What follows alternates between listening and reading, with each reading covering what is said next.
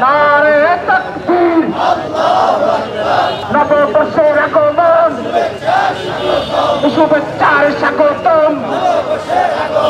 সেই সুলতানি মোগল এমনকি উপনিবেশ আমলে যে ইসলামী স্থাপত্যের যে ক্রমবিকাশ হয়েছে সেই সম্পর্কে আমরা তুলে ধরার জন্য বাংলাদেশের প্রাচীন ঐতিহ্যবাহী মসজিদগুলোকে আমরা তুলে নিয়ে এসেছি। সেটা নিয়ে একটি প্রদর্শনী হচ্ছে। মুসলমানদের ইবাদতের সাথে এই হিজরি সনের গুরুত্ব অপরিসীম।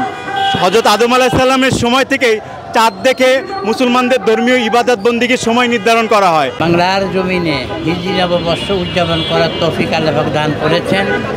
বেদনাদায়ক যে এই মহরম, অতীতে যে বেদনাদায়ক 10ই মহরম ছিল, তার থেকে মারাত্মক ঘটনা ঘটে গেছে কিছুদিন আগেও। আল্লাহ পাক রব্বুল আলামিন আমাদের আজকে এই র্যালিকে যেন কবুল মঞ্জুর করেন।